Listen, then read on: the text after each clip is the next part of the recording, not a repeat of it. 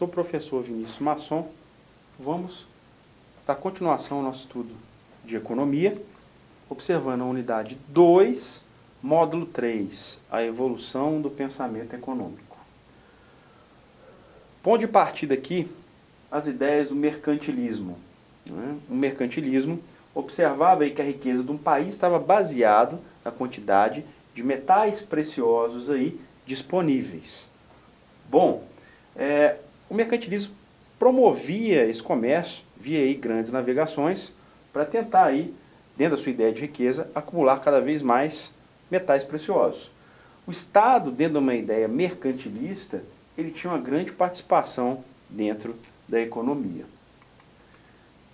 Dentro da nossa apostila também, destacamos os fisiocratas, onde toda a definição da sua teoria parte da ideia que as regras estão ali inseridas dentro de uma ideia de natureza. Ou seja, a fisiocracia surgiu primeiramente um modo aí de resistir ou reagir aí contra o mercantilismo e considerava aí desnecessária a participação do Estado na economia. Via que tudo que se precisava em relação à riqueza estava relacionado à natureza aí de um país, ou seja, relacionado ao seu setor primário, relacionado à sua pesca, o que um país consegue produzir observando a natureza. Essa era a ideia da fisiocracia. Bom, o principal aí, filósofo disso aí era o François Quesnay. Quesnay, ele acreditava que somente a agricultura era criadora de riqueza. E para ele a indústria nada mais era do que uma mera transformadora dessa matéria. Então observe, o Quesnay, ele tentando entender os fluxos dentro de uma economia, ele criou aqui o que chamamos de Tableau économique, que depois virou um livro, que era um quadro econômico, ou seja, um quadro que ele tentava explicar os fluxos econômicos, da onde o dinheiro partia, da mão de quem para quem, tá? Em 1759. Isso aí estabeleceu todas as bases para a teoria econômica aí dos fisiocratas. Bom, ele acreditava aí que o comércio e a indústria não eram aí as grandes fontes de riqueza. Em vez disso, nesse livro dele, o Tableau économique, ele argumentou que os excedentes agrícolas, observe bem, os excedentes agrícolas, fluindo através da economia, sob a forma de aluguel, salários e compras aqui, iam fomentar, na verdade, o motor econômico, fazer com que a economia se desenvolvesse.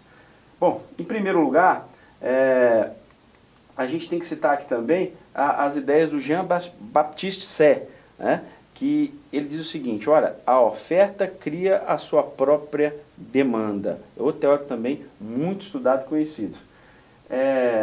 Isso ficou conhecido, a oferta cria a sua própria demanda, como a lei de Say, baseado em seu nome. Para ele não era interessante aqui, ou não era necessário, uma intervenção do Estado na economia. A própria oferta iria criar a demanda do mercado. Por fim, um outro teórico que a gente destaca na apostilinha de vocês é o John Maynard Keynes, que desenvolveu a teoria do juro da moeda, principalmente no período da quebra da Bolsa de Nova York em 1929, incentivando o governo a aumentar os seus gastos para que o país saísse de um processo de recessão ou crise. Tá? Destaca esse livro do John Maynard Keynes.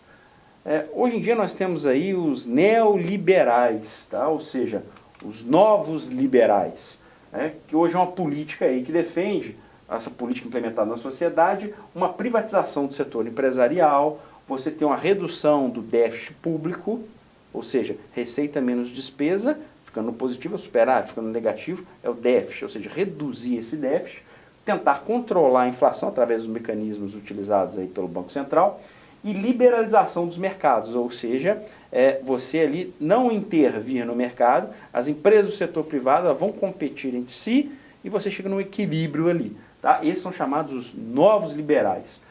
Bom, defende a saída do governo da produção de bens e serviços e entrega isso na mão do setor privado.